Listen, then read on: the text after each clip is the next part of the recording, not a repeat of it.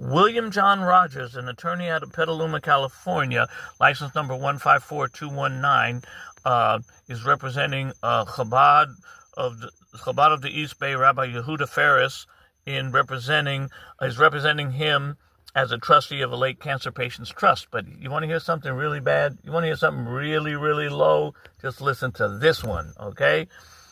Cancer patient is in the 6th year of cancer that kills 90% of people in 6 months, okay?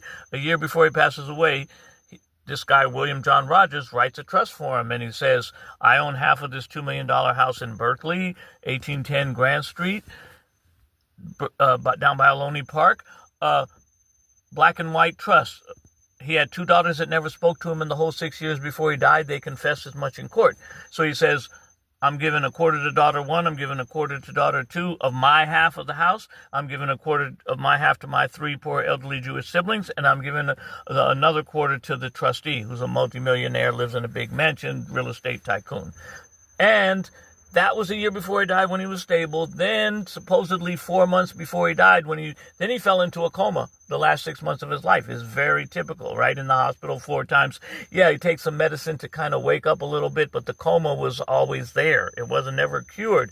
So then he says, supposedly 4 months before the man died of terminal cancer that he got picked up a diagnosis 6 years earlier, 4 months before he dies, supposedly he had the clarity and the wherewithal, even though he's in a coma, to rewrite the trust and say a quarter for daughter 1, quarter for daughter 2, and from the remaining 50%, pay the siblings $90,000 plus 10% interest a year every year they don't get it, pay the trustee $40,000, and then he writes himself in as a trustee. He says, out of that $40,000, the trustees to pay me, to pay the attorney so-and-so. He writes his own name in capital letters in the trust.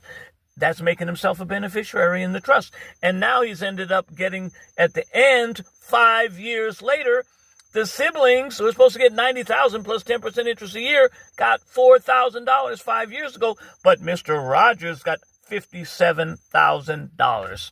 And to this day, and getting more all the time.